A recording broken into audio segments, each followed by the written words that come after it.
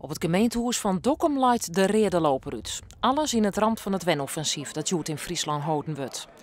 Met als doel dat er meer huizen verkocht worden. Een van de beziekers is Evelien Dijs van Hantem. We wilden kijken of je eventueel je huis in kon ruilen. En ons huis staat al 2 jaar te koop. Dus wij zoeken een koper.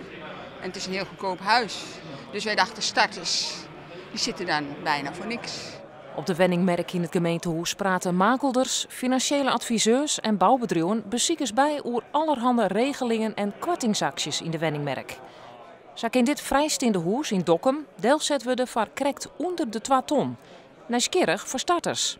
Er staat er maar weer instappen kunnen. Het zij in bestaande woningen, het zij in de nijbouwplan. Dus, en dat mag je mij elkaar doen. Het is iedereen heeft een ballonnetje op die. Maar dat schijnbaar werkt er net. Je moet het met elkaar oppakken.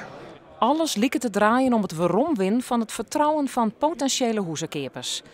En dat kan wel eens dreig worden in een krimpgebied als Noord-Eerst-Friesland. Dat is aan de ene kant wel weer, aan de andere kant is het extra van dat er heel nou wel verlet is van wenningen.